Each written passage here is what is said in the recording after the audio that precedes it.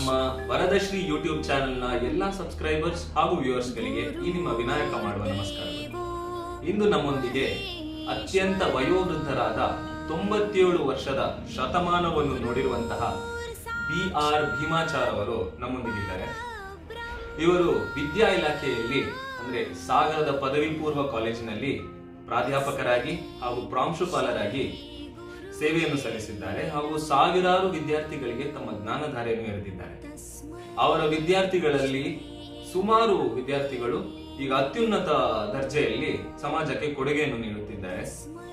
ಅವರಲ್ಲಿ ಕೆಲವರು ಅಂತಂದ್ರೆ ಈಗ ಕೆ ದಿವಾಕರ್ ಅವರು ಅತ್ಯಂತ ಖ್ಯಾತ ಅಡ್ವೊಕೇಟ್, ಹಾಗೂ ಕೆ ಶ್ರೀನಿವಾಸ್ ಅವರು, ಹಾಗೂ ನಮ್ಮ ಹಾಜಿ ಮಂತ್ರಿಗಳು ಹಾಲಪ್ಪ ಅವರು, ಹಾಗೂ ಕಾಗೋಡು ತಿಮ್ಮಪ್ಪ ಅವರು, ಇಂತಹ ಸುಮಾರು ಮಹನೀಯರಿಗೆ ತಮ್ಮ ಜ್ಞಾನಧಾರೆಯನ್ನು ಎರೆದುವಂತಹ ಮಹನೀಯರು. ಹಾಗೂ ಎಷ್ಟೋ ಜನ ವಿದ್ಯಾರ್ಥಿಗಳು ವಿಜ್ಞಾನಿಗಳಾಗಿದ್ದಾರೆ, ಡಾಕ್ಟರ್ಗಳಾಗಿದ್ದಾರೆ, ಪಾಲಿಟಿಷಿಯನ್ಸ್ ಆಗಿದ್ದಾರೆ. ಸುಮಾರು ಜನ ಹೀಗೆ ಸಮಾಜಕ್ಕೆ ಕೊಡುಗೆ ನೀಡಿದ್ದಾರೆ. ಎಲ್ಲ ವಿದ್ಯಾರ್ಥಿಗಳಲ್ಲೂ BRB ಎಂದೇ ಚಿರಪರಿಚಿತರಾದ ಭೀಮಾಚಾರ್ ಸರಿಗೆ ಇವತ್ತು ನಮ್ಮ ಕಾರ್ಯಕ್ರಮಕ್ಕೆ ಸ್ವಾಗತ ಕೋರೋಣ. ವರದಶ್ರೀ ಎಲ್ಲ ವೀಕ್ಷಕರಿಗೆ ನನ್ನ ನಮಸ್ಕಾರ. ನನಗೆ ತುಂಬ ಹೆಮ್ಮೆಯ ವಿಷಯ, ನಾನು ಈ ನಿಮ್ಮ ಕಾರ್ಯಕ್ರಮದಲ್ಲಿ ಭಾಗವಹಿಸ್ತಾ ಇರೋದು. ಸರ್, ನೀವು 97 ವರ್ಷದ ಒಂದು ವಯೋವೃದ್ಧರು. ಸುಮಾರು 2 ಜನರೇಷನ್ ನೀವು ನೋಡಿದ್ದೀರಾ. ಎಲ್ಲ ತರ ಹಳೆ ಕಾಲದ ಜನಗಳನ್ನು ನೋಡಿದ್ದೀರಾ, ಈಗಿನ ಕಾಲದ ಜನರೇಷನ್ ಹುಡುಗರನ್ನು ನೋಡಿದ್ದೀರಾ. ಆದ್ರೆ ಈ ತರ ಒಂದು ಭೂಮಿಯಲ್ಲೇ ಒಂದು ಅಲ್ಲೋಲ ಕಲ್ಲೋಲವಾದಂತ ಪರಿಸ್ಥಿತಿ ಇವಾಗ ಕಂಡು ಬಂದಿದೆ. ಈ ತರ ನೀವು ಮುಂಚೆ ಯಾವಾಗ್ಲಾದ್ರೂ ನೋಡಿದ್ದೀರಾ? ಈ ತರ ಆಗಿತ್ತಾ ಮುಂಚೆ? ಈ ಪ್ರಮಾಣದಲ್ಲಿ ಯಾವುದನ್ನು ನಾನು ನೋಡಿಲ್ಲ. ಹಿಂದೆ ಸಾಗರದಲ್ಲಿ ಪ್ಲೇಗ್ ಬಂದಿತ್ತು. ಆ ಪ್ಲೇಗ್ ಬಂದಾಗ ಊರನ್ನ ನಮ್ಮ ಮನೆಯಲ್ಲ ಬಿಟ್ಟು ದೂರದಲ್ಲಿ ಇದ್ದು, ನಂತರ ಸಾಯಂಕಾಲ ಅಲ್ಲಿಂದ ಬಂದು ಇಲ್ಲಿ ಬಂದು ಪ್ಲೇಗಿನ ಇಲಿಗಳನ್ನು ಸುಟ್ಟು ಹೋಗ್ತಕ್ಕಂಥ ಒಂದು ದೃಶ್ಯ. ಇಡೀ ಊರೇ ತಮ್ಮ ಸ್ಥಾನ ಭ್ರಷ್ಟರಾಗಿ ಹೊರಗಡೆ ಹೋಗಿದ್ದು ಕಷ್ಟಪಟ್ಟಿರ್ತಕ್ಕಂಥ ಒಂದು ಸನ್ನಿವೇಶ ನಾನು ನೋಡಿರೋದು ನಿಜ. ಆದರೆ ಅದು ಈಗಿನ ಸನ್ನಿವೇಶಕ್ಕೆ ಹೋಲಿಸಿದರೆ ಅದು ಈಗಿಂದು ಜಾಗತಿಕ ಸನ್ನಿವೇಶ, ಅದು ಸ್ಥಳೀಯ ಸನ್ನಿವೇಶ. ಸ್ಥಳಕ್ಕೆ ಮಾತ್ರ ಸೀಮಿತವಾಗಿರ್ತಾ ಇತ್ತು, ಘೋರವಾಗಿರ್ತಾ ಇತ್ತು. ಆದರೆ ಈಗಿನ ಸನ್ನಿವೇಶ ಅತ್ಯಂತ ಘೋರ ಇದು. ಯಾಕೆಂದರೆ ಇದರ ಪ್ರಭಾವವನ್ನು ಎದುರಿಸ್ತಾ ಇರತಕ್ಕಂಥ, ಈ ಸಮಸ್ಯೆಯನ್ನು ಎದುರಿಸತಕ್ಕಂಥ ಒಂದು ಸನ್ನಿವೇಶ ನಮ್ಮ ಎದುರಿಗೆ ಬಂದು ನಿಂತಿದೆ. ಗುರುಗಳೇ, ನೀವು ನೋಡಿರೋ ಹಾಗೆ ಹಿಂದಿನ ಕಾಲದಲ್ಲಿ ಜನ ಒಂದು ಜಾಯಿಂಟ್ ಫ್ಯಾಮಿಲಿ ಇರೋದಕ್ಕೆ ಬಯಸ್ತಾ ಇದ್ರು. ಅದಾದ್ಮೇಲೆ ಮನುಷ್ಯ ಇವಾಲ್ವ್ ಆಗಕ್ಕೆ ಶುರುವಾದ. ಆಮೇಲೆ ನ್ಯೂಕ್ಲಿಯರ್ ಫ್ಯಾಮಿಲಿ ಅಂತ ಬರೀ ಗಂಡ ಹೆಂಡತಿ ಅವ್ರ ಮಕ್ಕಳು ಎಲ್ಲ ಸೆಪರೇಟ್ ಆಗಕ್ಕೆ ಶುರುವಾಯ್ತು, ಎಲ್ಲ ಚೇಂಜ್ ಆಗಕ್ಕೆ ಶುರುವಾಯ್ತು. ಜನಗಳು ನೇಚರ್ನ ಎಕ್ಸ್ಪ್ಲಾಯ್ಟ್ ಮಾಡಕ್ ಶುರು ಮಾಡಿದ್ರು. ತುಂಬಾ ಟೆಕ್ನಾಲಜೀಸ್ ಎಲ್ಲ ಬರಕ್ ಶುರುವಾಯ್ತು, ಹಾಗೂ ಪ್ರಕೃತಿ ವಿರುದ್ಧ ಹೋಗಕ್ ಶುರು ಮಾಡ್ದ ಮನುಷ್ಯ. ಆಗ ಈ ಪ್ರಕೃತಿ ನೀನು ಎಲ್ಲಿದ್ಯಾ ಅಂತ ನಮ್ಗೆ ತಿಳುವಳಿಕೆ ಕೊಡ್ತಾ ಇರೋ ತರ ಇದೊಂದು ಸನ್ನಿವೇಶ ಈಗ ಕ್ರಿಯೇಟ್ ಆಗಿದೆ ಅಂತ ನಾನು ಅನ್ಕೊಂತೀನಿ. ಇದ್ರ ಬಗ್ಗೆ ನೀವೇನ್ ಹೇಳ್ತೀರಾ ಗುರುಗಳೇ? ನಿಜ ಇದು. ಪ್ರಕೃತಿಗೂ ಪುರುಷನಿಗೂ ನಡೀತಕ್ಕಂಥ ಒಂದು ಘೋರ ಮಹಾಯುದ್ಧ ಇದು. ಪ್ರಕೃತಿ ತನ್ನ ಪ್ರಭಾವವನ್ನು ಬೀರಲಿಕ್ಕೆ ಯಾವತ್ತೂ ಸಿದ್ಧವಾಗಿರ್ತಾನೆ, ಮನುಷ್ಯ ಅದನ್ನು ಎದುರಿಸಲಿಕ್ಕೂ ಸಿದ್ಧವಾಗಿರ್ತಾನೆ. ಆದರೆ ಮನುಷ್ಯನೂ ಕೂಡ ಪ್ರಕೃತಿಯ ಒಂದು ಭಾಗನೇ. ಆದರೂ ಕೂಡ ಮನುಷ್ಯನಿಗೆ ಧೀಶಕ್ತಿ, ಬುದ್ಧಿಶಕ್ತಿ ಇರೋದರಿಂದ ಅವನು ಎಂಥ ಸಮಸ್ಯೆಗಳನ್ನು ಎದುರಿಸಲು ಸಾಧ್ಯ ಅವನಿಂದ. ಆದರೆ ಈಗ ಒಂದು ಘೋರ ಸಮಸ್ಯೆ ನಮಗೆ ಬಂದಿರೋದೇನು ಅಂದರೆ, ಪ್ರಪಂಚವನ್ನೇ ಆಹುತಿಯನ್ನು ತೆಗೆದುಕೊಳ್ತಕ್ಕಂಥ ಒಂದು ಸನ್ನಿವೇಶ ಈ ಕರೋನಾ ಹರಡುವಿಕೆ. ಇದು ಚೈನಾದಲ್ಲಿ ಹೊರಟು ನಂತರ 3,000 ಜನಗಳನ್ನು ಆಹುತಿ ತಗೊಂಡು ಪ್ರಸರಿಸ್ತಾ ಇರತಕ್ಕಂಥ ವಿಷಯ ನಮಗೆ ಗೊತ್ತಿದೆ. ಆದರೆ ಚೀನಾದಲ್ಲೇ ಅನೇಕ ಹತ್ತಿರದ ಸಿಟಿಗಳನ್ನು ಬಗ್ಗೆ ಯಾವ ಒಂದು ಪರಿಣಾಮವನ್ನು ಬೀರದೆ 10,000ಕ್ಕಿಂತ ಮೇಲೆ ಹೆಚ್ಚಿರತಕ್ಕಂಥ ದೊಡ್ಡ ಪ್ರದೇಶ ಅಮೇರಿಕಾ, ಸ್ಪೇನ್, ಇಟಲಿ ಇದರ ಮೇಲೆ ತನ್ನ ದುಷ್ಪ್ರಭಾವವನ್ನು ಬೀರ್ತಾ ಇರತಕ್ಕಂಥದ್ದು ನಿಜಕ್ಕೂ ಅಚ್ಚರಿಯ ಸಂಗತಿ. ಇದರ ಬಗ್ಗೆ ವಿಶ್ಲೇಷಣೆ, ತಿಳುವಳಿಕೆ ಅಗತ್ಯವಾಗಿದೆ. ಈಗ ಅದರ ಬಗ್ಗೆ ತೀವ್ರವಾದ ಅಧ್ಯಯನ ಮಾಡ್ತಕ್ಕಂಥ ಅವಕಾಶ ಇವತ್ತು ಮಾನವ ಕೋಟೆ ಮೇಲೆ ಆ ಜವಾಬ್ದಾರಿ ಬಿದ್ದಿದೆ. ಅದನ್ನು ಧೈರ್ಯವಾಗಿ ಎದುರಿಸಬೇಕಾಗಿದೆ. ಅದಕ್ಕೆ ತಕ್ಕ ವ್ಯವಸ್ಥೆ ಈಗ ನಡೀತಿರ್ತಕ್ಕಂಥ ನಮ್ಮ ಕಾರ್ಯಕ್ರಮ. ಆಮೇಲೆ ನಿಮಗಿರುವ ಅನುಭವಕ್ಕೆ ಹಾಗೂ ಒಂದು ಇಡೀ ಶತಮಾನವನ್ನು ನೋಡಿರುವಂತ ನಿಮಗೆ ಇರುವ ಜ್ಞಾನಕ್ಕೆ ಈಗಿನ ಪರಿಸ್ಥಿತಿಗೆ, ಈಗ ಜನಗಳು ಅನುಭವಿಸ್ತಾ ಇರುವಂತ ಪರಿಸ್ಥಿತಿಗೆ ನಿಮ್ ಕಡೆಯಿಂದ ಏನಾದ್ರೂ ಒಂದು ಸಂದೇಶ ಇದೆಯಾ ಮನುಕುಲಕ್ಕೋಸ್ಕರ? ಈ ಬಗ್ಗೆ ನನಗೆ DJ ಇರುವಂಥ ಪದ್ಯ ಜ್ಞಾಪಕ ಬರ್ತಾ ಇದೆ. ಅರಣ್ಯಕದ ಪುಷ್ಪಗಳ ಮೂಸುವವರಾರು, ಯಾರಿಹರು ಪತಕದುಡುಬನು ಹುಡುಕಿ ಮೆಚ್ಚಲ್, ಬೇರೊಬ್ಬರೆಣಿಕೆ ಇಲ್ಲದೆ ಪ್ರಕೃತಿ ತನಗೆಂದೇ ಸ್ವರಸ್ಯವೆಸಗುವಳೋ ಮಂಕುತಿಮ್ಮ. ಕಾಡಿನಲ್ಲಿ ಬೆಳೆದಿದೆ ಹೂವುದು, ಯಾರಿಗೂ ಪ್ರವೇಶ ಇಲ್ಲ ಅಲ್ಲಿ. ಸುಂದರವಾದ ಹೂವು, ಆರ್ಕಿಟೆಕ್ಚರ್, ಅದರ ಬ್ಯೂಟಿ, ಅದರ ಸೊಗಸು, ಅದರ ಸುವಾಸನೆ, ಇದೆಲ್ಲ ಮೂಸುವವರೇ ಇಲ್ಲ ಅಲ್ಲಿ. ಯಾಕೆಂದರೆ ಜನಗಳಿಗೆ ಪ್ರವೇಶವಿಲ್ಲ. ಯಾರ್ಯಾರು ಪತಕದು ಬೇರೊಬ್ಬರ ಎಣಿಕೆ ಇಲ್ಲದೆ ಪ್ರಕೃತಿ ತನಗೆಂದೇ ಸ್ವಾರಸ್ಯವೆಸಗುವಳೋ. ಇನ್ಯಾರು ಬಂದು ರಾಜರು ಬಂದು ಅದನ್ನು ನೋಡಬೇಕು ಅಂತ ಪ್ರಕೃತಿಯ ಉದ್ದೇಶ ಅಲ್ಲ. ಪ್ರಕೃತಿ ತನಗೆಂದೇ ಅದನ್ನು ಸೃಷ್ಟಿ ಮಾಡಿಕೊಂಡಿರೋದು. ಅದು ಚೆನ್ನಾಗಿದ್ದರೆ ಪ್ರಕೃತಿಗೆ ಅದೇ ಸಂತೋಷ, ಸ್ವಯಂ ಸಂತೋಷ ಅಲ್ಲಿ. ಅದನ್ನು ಪ್ರಕೃತಿ ಈ ಒಂದು ಪದ್ಯದಲ್ಲಿ ಭಾವಾರ್ಥದಲ್ಲಿ ತಿಳಿಸ್ತಾ ಇದೆ. ಬಳ್ಳಿ ಮೊಗ್ಗಿನಲ್ಲಿ ಚಿತ್ರ ರಚನೆಗೆ ಅದು ಏಕೆ ತೊಡಗುವಳು ಪ್ರಕೃತಿ, ಕೃತ್ಯಕ್ಕೆ ತಾಂ ತರುವ ಶಕ್ತಿ ಗುಣ ಪೂರ್ಣತೆ ಸಾರ್ಥಕೋ ಜೀವಿತಕ್ಕೆ. ಸಾರ್ಥಕ ಯಾವುದು ಅಂದರೆ ಕೃತ್ಯಕ್ಕೆ ತಾಂ ತರುವ ಶಕ್ತಿ ಗುಣ. ಆ ಒಂದು ಕೃತ್ಯ ಅಂದರೆ ಸೃಷ್ಟಿ ಕಾರ್ಯ ನಡೆದಿದೆ. ಹೂವಿನ ಸೃಷ್ಟಿ, ಹೂವಿನ ಆರ್ಕಿಟೆಕ್ಚರ್ ಬ್ಯೂಟಿ ಇದೆ, ಅದರ ಸೌಂದರ್ಯ ಇದೆ, ಸೊಬಗಿದೆ, ಸುವಾಸನೆ ಇದೆ. ಆ ಸೃಷ್ಟಿ ಅದಕ್ಕೆ ಕೃತ್ಯಕ್ಕೆ ಆ ಸೃಷ್ಟಿಗೆ ತಾನು ತರುವ ಶಕ್ತಿ ತಾನಾಗೆ ಬೆಳೆದಿಲ್ಲ. ಅದಕ್ಕೆ ಬೇಕಾದದನ್ನೆಲ್ಲ ಶಕ್ತಿಯನ್ನು ಒದಗಿಸಿದೆ ಪ್ರಕೃತಿ. ಶಕ್ತಿ ಗುಣಪೂರ್ಣತೆ, ಪರ್ಫೆಕ್ಷನನ್ನು ಒದಗಿಸಿದೆ. ಅದೇನೇ ಸಾರ್ಥಕತೆ ವಿನಃ ದೊಡ್ಡ ರಾಜ ಮಹಾರಾಜರು ಬಂದು ನೋಡಿ ಅದನ್ನು ಇವರಿಗೆ ತಮ್ಮ ವಿರೋಧಿಗಳನ್ನು ಅರ್ಪಿಸಬೇಕು ಅಂತ ಅಲ್ಲ. ತಪ್ಪೀತರನ್ನ ಕೊಂಡಲದಿಂದ ತೊಗಲು ಜಬ್ಬಲು ಬೆಳೆದೆ ಮೃಷ್ಟಾನ್ನದಿಂದ, ಭುವಿಯ ಪರಿಣಾಮದಲ್ಲಿ ಸಿರಿ ಬಡತನಗಳು ಒಂದೇ, Javaraya Samavarti Mankutimma. Javaraya, Yamaraya, Samavarti, leveller, death leveller ಅಂದರೆ ರಾಜ, ಭಿಕ್ಷುಕ ಎಲ್ಲರನ್ನೂ ಒಂದೇ ಮಟ್ಟದಲ್ಲಿ ಕಾಣ್ತಕ್ಕಂಥ ಸೃಷ್ಟಿ ಅದು. ರಾಜ ಮಹಾರಾಜಗಳನ್ನು ಒಂದೇ ರೀತಿಯಲ್ಲಿ ಕಾಣುತ್ತದ್ದು. ರಾಜ ಇವರು ಭಾಳ ಸಿರಿವಂತ, ಅವನಿಗೆ ಹೆಚ್ಚು ಮರ್ಯಾದೆ, ಇವನು ಬಡವ, ಇವನ ಬಗ್ಗೆ ದುರಭಿಮಾನ ಅಥವಾ ತುಚ್ಛೆ ಭಾವ ರಾಜನಿಗಿಲ್ಲ. ಕೃತ್ಯ ಕಿವುಡುತನ ತಪ್ಪೀತೆ ರನ್ನ ಕುಂಡಲದಿಂದ. ರನ್ನ ಕುಂಡಲ ಹಾಕೋದ್ರಿಂದ ಕಿವಿ ನೋವು, ಸೋರೋದು ನೋವು ಹೋಗಲ್ಲ. ಭೂಮಿಯ ಪರಿಣಾಮದಲ್ಲಿ ಸಿರಿಬಡತನಗಳು ಒಂದೇ. ಪ್ರಕೃತಿಯ ಒಂದು ಸೃಷ್ಟಿಯ ಒಂದು ಮಾದರಿಯಲ್ಲಿ ದೊಡ್ಡವರು ಬಡವರು ಎಲ್ಲ ಒಂದೇ. ಭೂಕಂಪ ಇವತ್ತಾದರೆ ಬಡವರಿಗೊಂದು ಬೇರೆ ಭೂಕಂಪ, ದೊಡ್ಡವರಿಗೆ ಬೇರೆ ಕಂಪ ಸೃಷ್ಟಿಯಾಗಲ್ಲ. ಅದೇ ರೀತಿ ಸುನಾಮಿಗಳು ಬೀಸಿದಾಗ, ಪ್ರವಾಹ ಹರಿದಾಗ ಅದರ ಅನಾಹುತ ಬಡವರಿಗೆ ಎಷ್ಟು ಮಟ್ಟಿಗೆ ಅನ್ವಯಿಸುತ್ತೋ ದೊಡ್ಡವ್ರಿಗೂ ಅಷ್ಟೇ ಅನ್ವಯಿಸುತ್ತೆ. ಆದ್ದರಿಂದ ಸಿರಿಬಡತನ ಜವರಾಯ ಸಮವರ್ತಿ, ಅವನು ಲೆವೆಲವರು. ಸ್ಮಶಾನದಲ್ಲಿ ರಾಜನ ತರ್ತಾರೆ, ಭಿಕ್ಷಕನೂ ತರ್ತಾರೆ, ರಾಜನಿಗೆ ವೈಭವದಿಂದ ತರ್ತಾರೆ. ಕಿರೀಟಗಳೆಲ್ಲ ತೆಕ್ಕೊಂಡು ಅವನ್ನ ಮಣ್ಣಿಗೆ ಹಾಕ್ತಾರೆ. ಇವನಿಗೆ ಒಂದು ಭಿಕ್ಷಾ ಪಾತ್ರೆ, ಒಡದ ಪಾತ್ರೆಯಲ್ಲಿ ಅವನು ಅಲ್ಲೇ ಬಿದ್ದಿರುತ್ತೆ, ಅವನ್ನ ಹಾಕ್ತಾರೆ. ಆದರೆ ಪ್ರಕೃತಿ ಮಾಡ್ತಕ್ಕಂಥ ಲೆವೆಲಿಂಗ್ ಒಂದೇನೆ. ಜವರಾಯ ಸಮವರ್ತಿ, ರಾಜ ಅಥವಾ ಭಿಕ್ಷುಕ, ಈ ಭೇದವನ್ನು ಪ್ರಕೃತಿ ಕಾಣಲ್ಲ. ಪ್ರಕೃತಿ ಎಲ್ಲರೂ ಒಂದೇ ಸಮನಾಗಿ ಕಾಣುತ್ತೆ. ಜವರಾಯ ಸಮವರ್ತಿ ಮಂಕುತಿಮ್ಮ. ಇಳೆಯಿಂದ ಮೊಳಕೆ ಹೊಗೆ ಒಂದು ತಮಟೆಗಳಿಲ್ಲ, ಇಳೆಯಿಂದ ಮೊಳಕೆ ಹೊಗೆ ಒಂದು ತಮಟೆಗಳಿಲ್ಲ, ಫಲ ಮಾಗುವೊಂದು ತುತ್ತೂರಿ ದನಿ ಇಲ್ಲ, ಬೆಳಕೀವ ಸೂರ್ಯ ಚಂದ್ರರದು ಒಂದು ಸದ್ದಿಲ್ಲ, ಹೊಲಿ ನಿನ್ನ ತುಟಿಗಳನ್ನು ಮಂಕುತಿಮ್ಮ. ಇಳೆಯಿಂದ ಮೊಳಕೆ ಹೊಗೆಯುತ್ತೆ ಅಂದರೆ ಭೂಮಿಯಲ್ಲಿ ಬೀಜವನ್ನು ಬಿತ್ತಿದಾಗ ಮೊಳಕೆ ಹೊಡೆಯುತ್ತೆ. ಜೀವದ ಒಂದು ಟ್ರಾನ್ಸಿಷನ್, ಅದು ಪರಿವರ್ತನೆ, ಅದು ಬಹಳ ಮಹತ್ವದ ಕಾರ್ಯ. ಅಂಥದ್ದು ಮಾಡಿದಾಗ ಅದು ಬಂದು ಮೊಳಕೆ ತಮಟೆ ಹೊಡ್ಕೊಂಬಲ್ಲ, ನಾನು ಮಾಡ್ತಾಯಿದ್ದೀನಿ ಒಂದು ನೋಡ್ರಿ ನೀವು ಅಂತ. ನಾವೊಂದು MA PhD ಮಾಡಿದರೆ ಕೊಚ್ಕೋತೀವಿ, ಹೇಳ್ತಿರೋದು ಅಂತ. ಏನಾದರೂ ಒಂದು ಕೆಲಸ ಮಾಡಿದರೆ ಅದನ್ನು ಕೊಚ್ಚಿಕೊಳ್ಳೋದೇ ಜಾಸ್ತಿ. ಇದು ಭೂಮಿ ಇಂಥ ದೊಡ್ಡ ಕಾರ್ಯದಲ್ಲಿ ಸೈಲೆಂಟ್ ಆಗಿರುತ್ತೆ. ಇದು ಯಾವ ರೀತಿಯಾದ ಒಂದು ಪ್ರದರ್ಶನದ ಆಸೆಯನ್ನು ಅದು ವ್ಯಕ್ತಪಡಿಸಲ್ಲ. ಇಳೆಯಿಂದ ಮೊಳಕೆ ಹೋಗುವ ಒಂದು ತಮಟೆಗಳಿಲ್ಲ, ಫಲ ಮಾಗುವ ಒಂದು ತುತ್ತೂರಿ ದನಿ ಇಲ್ಲ, ಹಣ್ಣು ಹಣ್ಣಾಗತ್ತಲ್ಲಿ ಮೇಲ್ಗಡೆ ನಾನು ಹಣ್ಣಾಗಿದ್ದೀನಿ, ರುಚಿ ಇದರಲ್ಲೆಲ್ಲ ಜೇನು ಸಭೆಯನ್ನು ತುಂಬಿದ್ದೀನಿ, ಬನ್ನಿರಿ ನೀವು ಅಂತದ್ದು ಕರೆಯಲ್ಲ. ಅದು ತನ್ನ ಕೆಲಸ ತಾನು ಮಾಡಿದೆ ಅಷ್ಟೇ, ಅದನ್ನು ನಿರ್ಲಿಪ್ತವಾಗಿ ತನ್ನ ಕೆಲಸವನ್ನು ತಾನು ಮಾಡಿಕೊಂಡಿದೆ. ಫಲ ಮಾಗುವ ಒಂದು ತುತ್ತೂರಿ ಮಾಡಿಕೊಂಡು ಬಂದು ತಗೊಳ್ಳಿ ಬನ್ನಿ ಬನ್ನಿ ಕೂಗ್ತಾ ಇಲ್ಲ. ಬೆಳಕಿಯುವ ಸೂರ್ಯ ಚಂದ್ರದ ಒಂದು ಸದ್ದಿಲ್ಲ.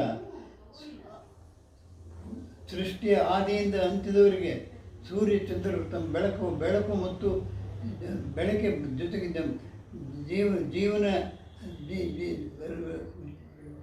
ಜೀವನಕ್ಕೆ ಬೇಕಾದ ಪ್ರತಿಯೊಂದನ್ನು ಒದಗಿಸಿ ಕೊಟ್ಟರೂ ಕೂಡ ನಾವು ಈ ರೀತಿ ಮಾಡ್ತೀವಿ ಅಂತ ಒಂದು ಜಂಬದ ಪ್ರಭಾವ ನಾವು ಅವರಲ್ಲಿ ಕಾಣಲ್ಲ. ಇಳೆಯಿಂದ ಮೊಳಕೆ ಹೋಗುವ ಒಂದು ಟೊಮೆಟೊಗಳಿಲ್ಲ, ಫಲ ಮಾಗು ತುತ್ತೂರಿ ದನಿಲ್ಲ, ಬೆಳಕಿಯುವ ಸೂರ್ಯ ಒಂದು ಸದ್ದಿಲ್ಲ. ಅವ್ರದ್ದು ತಮ್ಮ ಕೆಲಸ ತಾವು ಪ್ರಕೃತಿಯ ಆದಿಯಿಂದ ಅಂತ್ಯದವರೆಗೂ ನಿರರ್ಗಳವಾಗಿ ತಪ್ಪದೇನೆ ಮಾಡ್ಕೊಂಡು ಬರ್ತಾಯಿದ್ದಾರೆ. ಬೆಳ್ಕೊಳ್ಳೋದು ಜೀವಾವಶ್ಯಕತೆಗಳನ್ನು ಒದಗಿಸ್ತಾ ಬಂದಿದೆ. ಅದರಿಂದ ನಾವು ಪ್ರಕೃತಿಯನ್ನು ಕಲಿಯಬೇಕಾದ ಪಾಠ ಏನು ಅಂದರೆ, ನಾವು ಸುಮ್ಮನೆ ನಾವು ಮಾಡಿದ್ವಿ ಅಂತ ನಾವು ಒಂದು ಆತ್ಮ ಡಂಬವನ್ನು ಇಟ್ಕೋಕೂಡ್ದು. ಡಂಬ ರಹಿತರಾಗಿ ನಾವು ನಮ್ಮ ಜೀವನವನ್ನು ನಡೆಸಬೇಕು. ಭೌತ ವಿಜ್ಞಾನಿ ರವಿತಾರಧರೆಗಳ ಚಲನ ರೀತಿ ವೇಗಗಳನ್ನಳೆದು ಶಕ್ತಿಗಳ ಗುಣಿಪನ್, ಪ್ರೀತಿ ರೋಷಗಳನ್ನವನ ಅಳೆವನೇನ್, ಅವ್ಯಕ್ತ ಚೇತನವನರಿವನೇ ಮಂಕುತಿಮ್ಮ. ಬೌದ್ಧ ವಿಜ್ಞಾನಿ, ಫಿಸಿಸಿಸ್ಟ್. ರವಿ ಭೂಮಿ, ತಾರೆ ನಕ್ಷತ್ರ, ರವಿತಾರೆ ಧರೆ ಭೂಮಿಯವರು, ನಕ್ಷತ್ರ ಭೂಮಿಯ ಸೂರ್ಯ, ಧರೆಗಳ ಚಲನ ರೀತಿ ಮೊಮೆಂಟಮ್ ಅಂದರೆ ಅದು ಚಲಿಸುವ ಅದರ ರೀತಿ ಮೊಮೆಂಟಮ್, ಶಕ್ತಿ ಗುಣಪೂರ್ಣತೆಯನ್ನು ಅದರ ವೇಗ ಶಕ್ತಿ ಇವುಗಳನ್ನು ವೇಗಗಳನ್ನು ಅಳುವ ಶಕ್ತಿಗಳ ಗುಣಿಪನ್ನು ಲೆಕ್ಕ ಹಾಕ್ತಾನವರು. ಭೌತ ವಿಜ್ಞಾನಿ ಇವುಗಳ ಲೆಕ್ಕ ಹಾಕ್ತಾನೆ ಎಲ್ಲದರದ್ದು. ಭೂಮಿ ಯಾವ ರೀತಿ ತಿರುಗ್ತಾ ಇದೆ, ತನ್ನ ಅಕ್ಷದ ಮೇಲೆ ತಿರುಗ್ತಾ ಇದೆ, ಗಂಟೆಗೆ 1000 ಮೈಲಿ.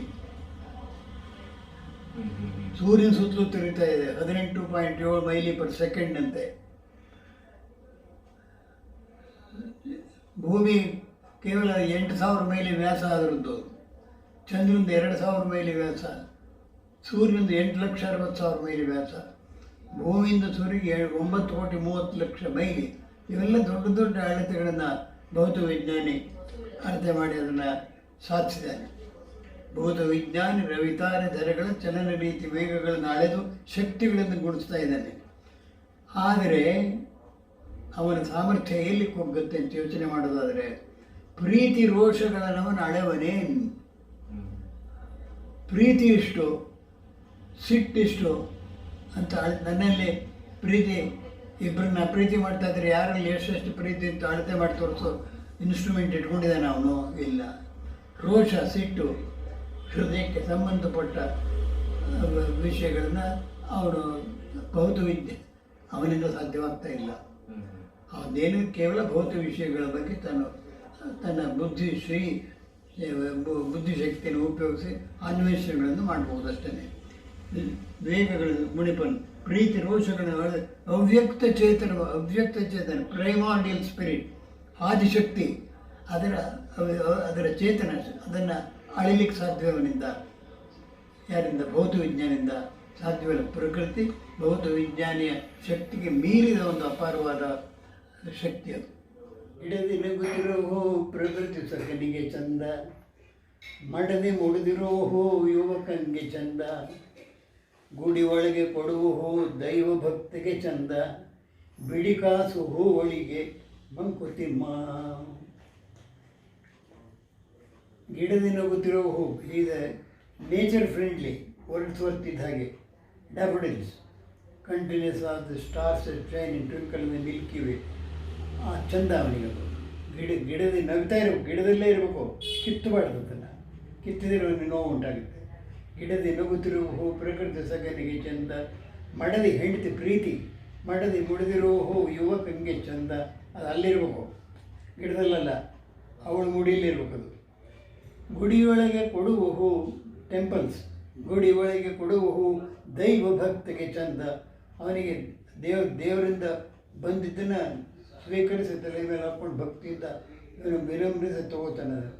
ಬಿಡಿಕಾಸು ಹೂ ಅವಳಿಗೆ ಅದನ್ನು ಮಾರಿಬಿಟ್ಟು ಬಂದ ದುಡ್ಡಿಂದ ತನ್ನ ಜೀವನ ಸಾಲ ಕಳೆಯತಕ್ಕಂಥದ್ದೇ ಚಂದ ಅವಳಿಗೆ. ಈ ರೀತಿ ಒಂದೇ ಹೂವು 4 ಜನದ ಮೇಲೆ ಯಾವ ರೀತಿ ಪರಿಣಾಮವನ್ನು ಬೀರಿದೆ ಅಂತ ಅನ್ನೋದನ್ನು ಡಿ ವಿ ಜಿಯವರು ಸುಂದರವಾಗಿ ಈ ಪದ್ಯದಲ್ಲಿ ವರ್ಣಿಸಿದ್ದಾರೆ. ನಂಬಿದರೆ ಹರನಿಹನು ನಂಬದಿರೆ ಹರನಿಲ್ಲ ಎಂಬ ಮಾತಿದು ಸುಳ್ಳು ತರ್ಕರಹಿತವದು. ಅಂಬರದಿರ ವೀರನೆ ನೀ ಕಣ್ಣ ಮುಚ್ಚಿದರೆ ಅಂಬರದಿರ ವೀರನೆ ತುಂಬಿ ಹರಿಯಲಿ ಭಕುತಿ ನವ್ಯಜೀವಿ ಅಂತ ರಾಮ ಅವಧಾನದಲ್ಲಿ ಅವರ ಹೆಸರು ಪದ್ಯಗಳನ್ನು ಬರೆದಿರೋದು. ತುಂಬಿ ಹರಿಯಲಿ ಭಕುತಿ ನವ್ಯಜೀವಿ. ನಂಬಿದರೆ ನಂಬಿಕೆ ಇದ್ದರೆ ದೇವರಿದ್ದಾನೆ, ನಂಬಿಕೆ ಇಲ್ಲದೆ ದೇವರನ್ನ ಇಲ್ಲ ಅಂತ ಅನ್ನೋದು ಸುಳ್ಳದು, ತರ್ಕಬದ್ಧ ಅಲ್ಲ ಅದು. ಆಕಾಶದಲ್ಲಿ ರವಿ ನೀನು ಕಣ್ಣು ಮುಚ್ಚಿದ್ರೆ ಇಲ್ಲ ಅಂತ ಆಗ್ತಾನೆ, ನೀನು ಕಣ್ಣು ಮುಚ್ಚಿದರೆ ರವಿ ಇಲ್ಲ ಅಂತ ಆಗಲ್ಲ, ರವಿ ಇದ್ದೇ ಇರ್ತಾನೆ. ನಿನಗೆ ಮಾತ್ರ ರವಿ ಇಲ್ಲ, ಯಾಕೆಂದರೆ ನೀನು ಕಣ್ಣು ಮುಚ್ಚಿರೋದ್ರಿಂದ. ಅಂಬರದೆ ರವಿ ಇರಲಿ ನೀ ಕಣ್ಣು ಮುಚ್ಚಿದರೆ ತುಂಬಿ ಹರಿಯಲಿ ಭಕ್ತಿಯ ಪ್ರವಾಹ ಹರಿತಾನೆ ಇರಲಿ, ಜೀವನದ ಸಾರ್ಥಕತೆಯನ್ನು ಪಡೆಯೋಣ ಅನ್ನೋ ಒಂದು ಭಾವಾರ್ಥ ಇದರಲ್ಲಿ ಇವರು ಸತ್ಯೇಶರು ತುಂಬಿದ್ದಾರೆ. ಹೂವು ತಳೆದ ಗುಲಾಬಿಯಿಂದ ಮನಕಹುದೇನು, ನೋವೋ ಸಂತಸವೋ ನೋಡು ಆ ಮುಳ್ಳ ಬಾಳ್ಗೆ ಹೂವೆ ದಿವ್ಯ ಕಿರೀಟ, ಅದುವೆ ಕಾಲಕಟಾಕ್ಷ ಜೀವನದ ತಿರುಳಷ್ಟೇ ಮಂಕುತಿಮ್ಮ. ಹೂವು ತಳೆದ ಗುಲಾಬಿಯಿಂದ ಗುಲಾಬಿ ಗಿಡದ ಹತ್ರ ನಿಂತುಕೊಂಡು ನಮಗಾಗ್ತಕ್ಕಂಥ ಭಾವನೆಗಳು ಏನು ಅಂತ ಮನಕಹುದೆ. ನೋವೋ ಸಂತಸವೋ, ನೋವು ಉಂಟಾಗುತ್ತೋ, ನೋವು ಮುಳ್ಳು, ಸುತ್ತಲೂ ಮೈ ತುಂಬ ಮುಳ್ಳು, ಸಂತಸ, ಹೂ ಅರಳಿದೆ, ಸುವಾಸನೆ, ಸೌರಭ, ಸೌಂದರ್ಯ ಯಾವುದು ಅಂತ ಕೇಳಿದರೆ ಹೂವು ನೋಡು ಆ ಮುಳ್ಳ ಬಾಳ್ಗೆ, ಅದ್ರ ಬಾಳೆ ಮುಳ್ಳು, ಹೂವೇ ದಿವ್ಯ ಕಿರೀಟ, ದೇವರು ಕೊಟ್ಟಿರ್ತಕ್ಕಂಥ ಒಂದು ಕಿರೀಟ, ಅದುವೇ ಕಾಲಕಟಾಕ್ಷ, ದೇವರ ವರ ಅದು ಹೂವು ಆ ಗುಲಾಬಿ ಗಿಡಕ್ಕೆ. ನೋಡು ಆ ಮುಳ್ಳ ಬಾಳ್ಗೆ ಹೂವೇ ದಿವ್ಯ ಕಿರೀಟ, ಅದುವೇ ಕಾಲಕಟಾಕ್ಷ ಜೀವನದ ತಿರುಳಷ್ಟು. ಅದು ಇಂಪಾರ್ಟೆಂಟ್. ಜೀವನದ ತಿರುಳು ಅಷ್ಟೇ, ಕಷ್ಟಗಳ ಮಧ್ಯೆ ಸುಖ ಅರಳುತ್ತೆ. ಮುಳ್ಳುಗಳ ಮಧ್ಯೆ ಹೇಗೆ ಹೂವು ಅರಳಿದೆಯೋ ಕಷ್ಟಗಳ ನಡುವೆ ಸುಖ ಅರಳುತ್ತೆ. ಅದಕ್ಕೆ ನೀ ಕಾಯಬೇಕು, ಸಿದ್ಧನಾಗಿರಬೇಕು, ಪಡಿಬೇಕು. ಗುರುಗಳೇ, ಈಗ ಕೊನೆಯದಾಗಿ ನಮ್ಮ ವ್ಯೂವರ್ಸ್ಗೆ ನಿಮ್ಮ ಕಡೆಯಿಂದ ಏನಾದರೂ ಸಂದೇಶ ಏನಾದರೂ ಇದೆಯಾ? ಈಗ ಒಂದು ಘೋರ ಸನ್ನಿವೇಶದಲ್ಲಿ ನಾವು ಮುಳುಗಿದ್ದೀವಿ. ಮಹಾ ಮಾರಿ ಕರೋನಾ ನಮ್ಮನ್ನು ಬಾಧಿಸ್ತಾ ಇದೆ. ಇಂಥದ್ರಲ್ಲಿ ನಮ್ಮ ಮಾನಸಿಕ ಸ್ವಾಸ್ಥ್ಯವನ್ನು ಕಾಪಾಡ್ಕೊಬೋದು ಅನ್ನೋ ಎಲ್ಲದಕ್ಕಿಂತ ಹೆಚ್ಚು ಬಹಳ ಪ್ರಧಾನವಾದ ಅಂಶ ಅದು ಈ ಒಂದು ಪದ್ಯದಲ್ಲಿ ಡಿ ವಿ ಜಿಯವರು ಅದನ್ನು ನಮಗೆ ಸೂಕ್ಷ್ಮವಾಗಿ ತಿಳಿಸ್ತಾ ಇದ್ದಾರೆ. ಹೇಗೆ ಮುಳ್ಳುಗಳಿದ್ದಲ್ಲಿ ಹೂವಿರುತ್ತೋ ಆ ಮುಳ್ಳುಗಳ ನೋವನ್ನು ಸಹಿಸ್ಕೊಳ್ಳೋದಕ್ಕೆ ನಾವು ಸಿದ್ಧರಾಗಿ ಆ ಹೂವಿನ ಚಂದವನ್ನು, ಸೌಂದರ್ಯವನ್ನು, ಸೊಬಗನ್ನು ಅನುಭವಿಸಲಿಕ್ಕೆ ಸಿದ್ಧರಾಗೋಣ ಅಂತನ್ನೋದು ಈಗ ನಮ್ಮ ಪ್ರಕೃತಿ ಸನ್ನಿವೇಶಕ್ಕೆ ಬಹಳ ಸಮನಾಗಿ ಕೂಡಿಕೊಂಡಿದೆ. ಕಾರಣ ಏನಂದರೆ ನಾವು ಧೈರ್ಯದಿಂದ ಕರೋನನ್ನು ಓಡಿಸ್ಲಿಕ್ಕೆ ಬೇಕಾದ ಅದಕ್ಕೆ ಸಂಬಂಧಪಟ್ಟ ಕೆಲವು ನಿಯಮಗಳನ್ನು ಪರಿಪಾಲಿಸಿ ಆ ಒಂದು ಶತ್ರುವನ್ನು ಹಿಮ್ಮೆಟ್ಟಿಸ್ತಕ್ಕಂಥ ದೊಡ್ಡ ಜವಾಬ್ದಾರಿ ಇವತ್ತು ಮಾನವ ಕುಲದ ಮೇಲೆ ಬಿದ್ದಿರೋದ್ರಿಂದ ನಾವು ಆ ಬಗ್ಗೆ ಸಿದ್ಧರಾಗೋಣ ಅಂತನ್ನೋದೇ ನನ್ನ ಸಂದೇಶ. 3 ತಲೆಮಾರುಗಳನ್ನು ನೋಡಿ ಅವರಿಗೆ ವಿದ್ಯಾಧಾರೆಯನ್ನು ನೀಡುವಂತಹ ಗುರುಗಳು ನಮ್ಮೊಂದಿಗಿದ್ದಾರೆ. ಅವರು ನಮ್ಮೊಂದಿಗೆ ಇಂಥ ಸಂದೇಶವನ್ನು ನೀಡ್ತಾ ಇರೋದು, ನಮ್ಮೊಂದಿಗೆ ಇರೋದೇ ಒಂದು ಅದೃಷ್ಟ ಅಂತ ನಾವು ಭಾವಿಸೋದು. ಎಲ್ಲರೂ ಸೇರ್ಕೊಂಡು ಅವ್ರಿಗೆ ಇನ್ನ ಆಯುಷ್ಯ, ಆರೋಗ್ಯ ಎಲ್ಲೂ ಭಗವಂತ ಕೊಡ್ಲಿ ಅಂತ ನಾವೆಲ್ಲರೂ ಸೇರ್ಕೊಂಡು ಪ್ರಾರ್ಥನೆ ಮಾಡೋಣ. Sir, we are very honoured to have you here, sir. Thank you so much for coming to this show. Thank you. Thank you.